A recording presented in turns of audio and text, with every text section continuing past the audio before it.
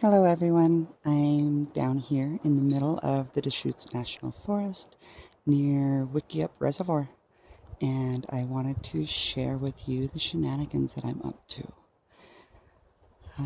I found this really beautiful lodgepole grove, and after making tobacco offering, prayers, and sing a song, I wanted to share with you my process of picking and preparing teepee poles.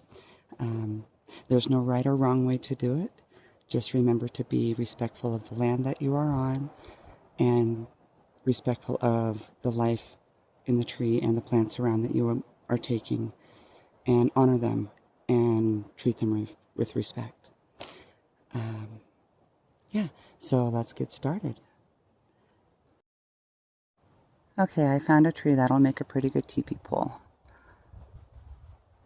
There's no knots or crooks in it that are going to be a problem, and you can see it's nice and tall. It's hard to see just how tall, but I guess about 24 feet. And is what I do is on the opposite side of the tree that I want it to fall, I want it to fall that way.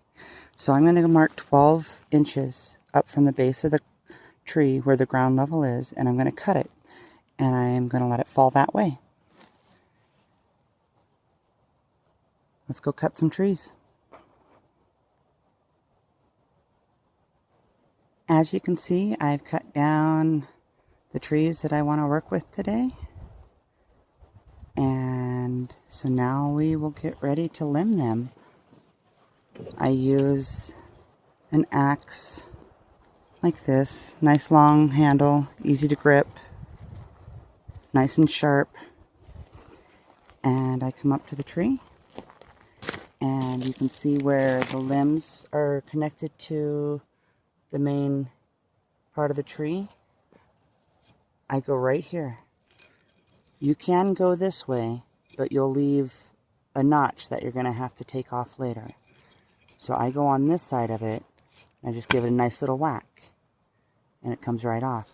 And these little ones come off really easy too. Another way you can do it is to hold your axe flush to the tree and slide down, and they shave right off. Pretty simple, but it's still a lot of hard work. And as you can see, I've got quite a few to do. So let's get to it. Okay, here we go. You want to make sure that you wear gloves to protect your hands.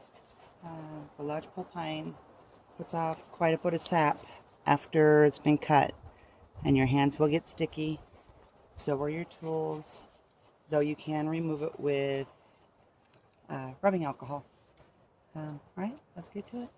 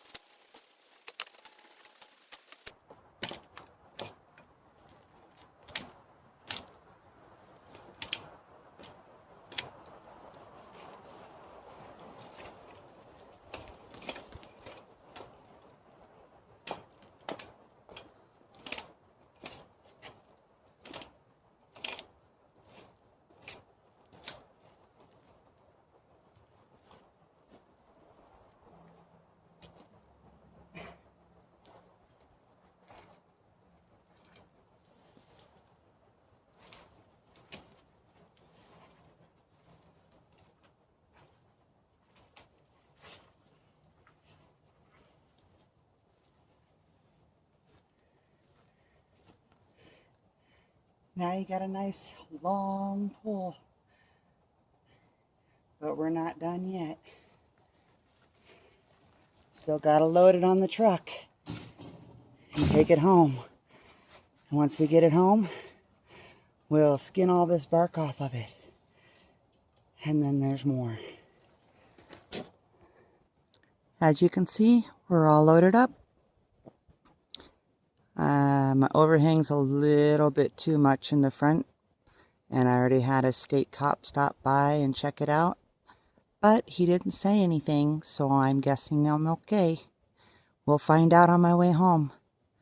So now we got to get all these poles, there's 12 of them, home and get ready to skin the bark off of them and bundle them together to dry. See you soon. Hello everyone. As you can see, we're home and we've got all the lodgepole brought in. There is 35 poles total. It took me 2 trips to get them home. So I have a lot of work ahead of myself. So let's get started. So over here I have it set up for me to work easily. I use what is called a draw knife. Some people call it a bark spud or a peeling spud. And I'm going to try to demonstrate how it's used one-handed. It's pretty simple. You just lay it flush with the bark, with the pole, and you slide it down, and it peels that bark right off. The more pressure you use, the deeper it goes. You want to take it down past the cambium to the wood. And it goes pretty quick, but it's still pretty hard work. So I'll be doing this for a couple of days. I'll see you when I'm done. Okay, so I wanted to show you what a clean pole next to a raw pole looked like. This is what we brought in, and this is after all the bark has been shaved off. Wanted to add a couple of tidbits. If you remember when we were limbing them in the forest, we worked from the top to the base. Now that we're peeling the bark off, we want to work the opposite. The reason for this is because if you go from the top to the base, you're going to shave off too much wood. If you go from the base to the top, it leaves a perfect angle for you to be able to just peel it right off without digging too deep. Something else I wanted to add is when we were limbing it, I talked about the notches being left that we would have to take off later. Everywhere there's a limb, there's going to be a knot, and that needs to be shaved off or it's going to tear through your teepee cover. So trying to do this one-handed, we're working from base to top of the tree, and you shave it down and you dig a little deeper so that when you go across that knot, it leaves it nice and flush. Let's find another knot and do this again. So you use a little bit more pressure when you're going over the knot, and it knocks it right off of there. And you're peeling the bark off and the knot off until it's nice and flush, nice and smooth, so it doesn't poke any holes in your teepee cover.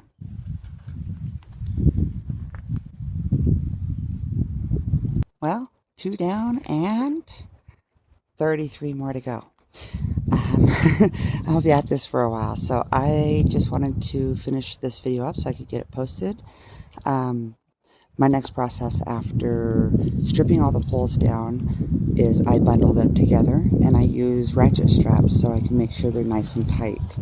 I bundle them in medium-sized groups, so anywhere from like 6 to 10 poles, something manageable. Put ratchet straps, 4 of them maybe, you know. Get them as tight as you can.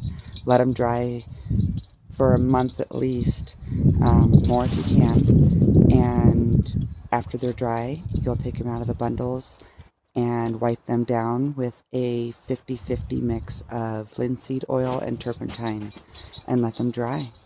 And once they're dry, they're ready to be used. So, thank thank you for watching this video and learning how I do my TP pulls.